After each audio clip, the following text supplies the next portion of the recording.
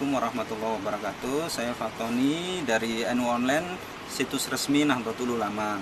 Halaqah Kiai dan Nyai itu mempunyai peran yang sangat penting karena pimpinan pondok pesantren sangat mempunyai power yang kuat untuk mengaruhi masyarakat untuk menyebarkan Islam rahmatan lil alamin, Islam moderat, dan Islam Nusantara berbasis kebudayaan.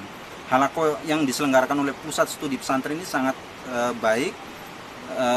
Harapan saya ke depan Pusat Studi Pesantren bisa memberikan ruang seluas-luasnya untuk merangkul berbagai elemen dan stakeholder pesantren di seluruh Indonesia. Terima kasih. Wallahul muwaffiq ila aqwamit thoriq. Assalamualaikum warahmatullahi wabarakatuh.